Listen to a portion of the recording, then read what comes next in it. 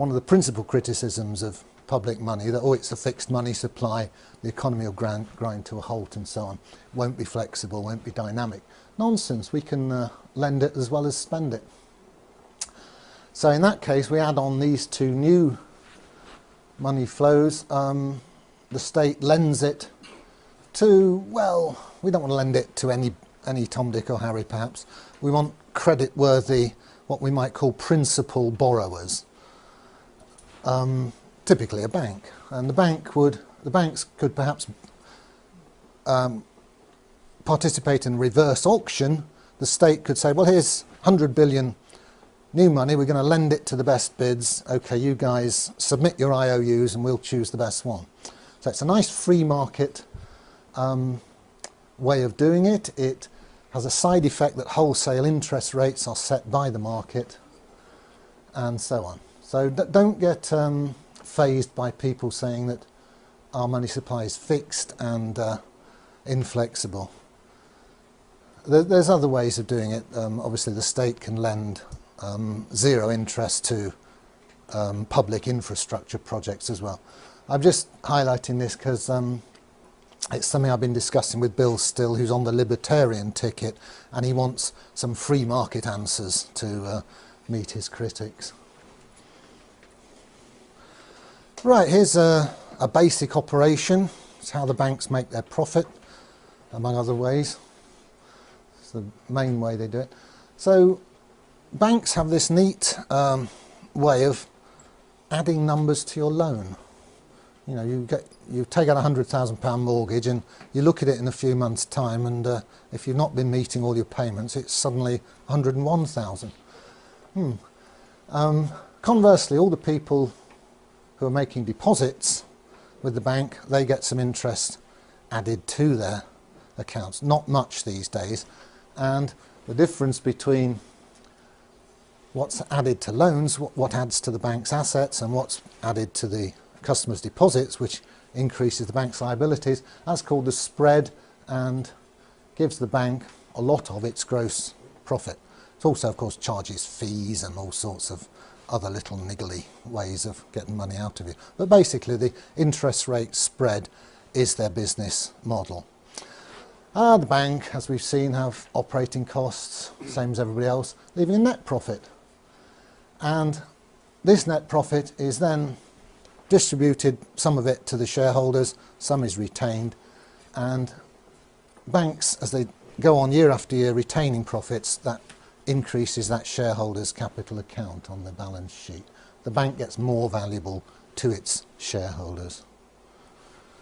So here's a schematic of what happens to a balance sheet when the customer pays interest to the bank. Here's the balance sheet before assets. Remember that's all the loans and so on. Liabilities, all the customer's deposits. Here's a customer with some money in the bank.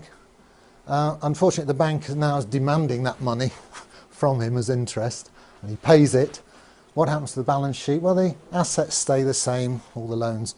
That money didn't get added to his loan, it was actually paid by him. Where does it go? Well, schematically, it ends up in the shareholders' capital account here, which grows by that amount. Other liabilities stay the same. Obviously, it goes through, in formal real-world accounting, it will go through the profit and loss account. But profit and loss accounts are regularly reconciled into the balance sheet. So we can say schematically that this charge on the customer, the interest, is ending up, to a first approximation, as shareholders' capital. And remember, if you wind the bank up, this is perfectly spendable money. Yeah. Conversely, it's just when the bank pays a little bit of interest to a customer, well, here's the shareholders' capital account, and it shrinks, and the customers get some new money. That's a liability to the bank. So it's just the opposite of the previous slide. There's the gross interest charged on loan. There's the interest paid back to depositor. The difference is the gross profit, which it's sort of a bit skew that it accumulates on the liability side of the bank's balance sheet, but all that means is that the shareholders have dibs on it, should the bank be wound up. Okay, I'll switch tack now to the basic structure of the UK banking system, which is a two-tier system. There's a bunch of banks, high street banks, Lloyds, HSBC and Barclays, etc. And the customers interface with those commercial banks. We deposit our money there and we take loans from them. Each of those banks has its own reserve account at the Bank of England, the central bank. As we'll see, the numbers here that the banks have on their asset sides have different qualities to the numbers here, the ones we get to use, or renter currency. We can't get our hands on the stuff there, unfortunately, although we own it, the bank. So here's a schematic of the two-tier money system. Here's us out here in the economy using what are called broad money numbers. Those ones that have been lent into existence, they're just called broad money. There's a lot more of them than what's called the base money, which circulates between the banks. Goes from one reserve account to another within the computers at the Bank of England. So, interesting points. The causality goes that way. We do all our business, run our economy, and then at the end of each day, behind the scenes, the banks do interbank settlement using these base money numbers.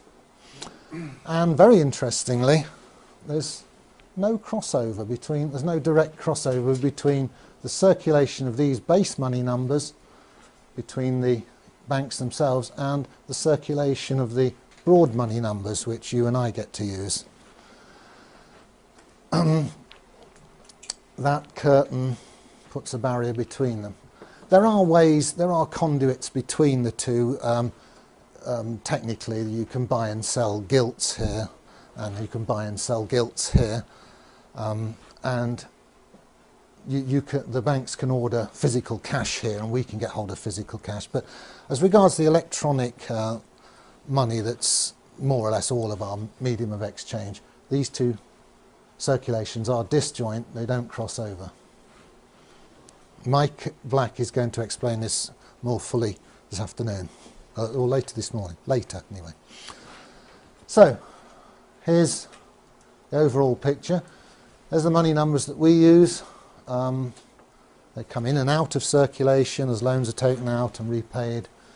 Ambiguity, are they money or credit? Well, you can always have a good argument about that. To all intents and purposes, they're money. And they circulate with great complexity as we do our business. And then basically at the end of each business day, the huge number of money transfers of this sort of broad money is settled by net transfers of this sort of base money. As I said, there's far fewer of these base money numbers. They're internal to the banking system, and crucially they're issued debt-free by the Bank of England. It's been doing quite a lot of that lately with quantitative easing. The more money numbers you have in this part of the system, the more easily the banks can settle their differences at the end of each day, because they don't always actually transfer the numbers to each other. Sometimes they have to lend them to each other, and of course then you've got to trust that the bank you're lending to is going to pay you back, and if they look a bit shaky, you're a bit more reluctant to lend to them. So it's quite complicated what goes on here, the inner workings of the system. I like to think of it like this. Because of the disconnect between the two circulations, we're almost moving to a system where we the people, the users, get to use these funny money numbers, and the guys running the system are settling up between themselves at the end of each business day using these other numbers. And there's getting to be such a disconnect between them, they might as well be using Smarties to settle up, because their game is to make a very good living by making the rest of us use their funny money numbers. And we gradually, since the Second World War, we've moved incrementally into this, what's now a scam. I think I'll leave it there then and take questions.